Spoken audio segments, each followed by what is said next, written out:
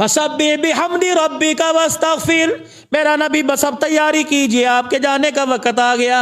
साहबा इकराम पास बैठे हैं, सैयदना सिद्दीक उमर पास बैठे हैं। आप क्या फरमा रहे? सिद्दीक, अल्लाह ने एक बंदे को इख्तियार दिया, अल्लाह ने सारी कायनात में एक बंदे को इख्तियार दिया, चाहे वो दुनिया में रह ले, चाहे अपने रब के पास चला जाए। सिद्दीक अकबर रजी अल्लाह तआला अन्हु हुजूर के करीब हुए और कहने लगे, या रसूलल्लाह, उस बंदे ने फिर क्या फैसला किया? आपने फरमाया, उसने अल्लाह के पास जाने का फैसला कर लिया। सिद्दीक की अखियां छमाछम बरसने लगी।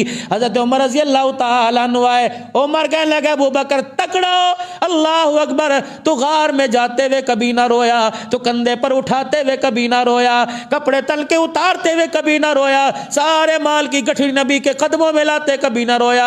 आज तेरे पर ऐसे रोने का क्या वक्त आ गया? कौन सी मुसीबत आ गई? हजरत उमर की तरफ चेहरा करके कहने लगा, उमर तुझे पता ही नहीं लगा इन्हें बातों बातों में इन्होंने क्या कह दिया है। हम तो जिए भी इनके लिए, हम तो मरे भी इनके लिए, हम तो सहारा ले रहे इनके लिए, हम हंस भी इनके लिए, हम रो भी इनके लिए, हम देखते भी इनके लिए, हम जागते भी इनके लिए, हम सोते भी इनके लिए। उमर कहने लगे, अबू बकर मुझे पहेलियां ना बुझा, बता बता क्या हुआ? कि अल्लाह की कसम, जिस बंदे ने जाने का फैसला कर लिया वो बंदा मुहम्मदुर रसूलुल्लाह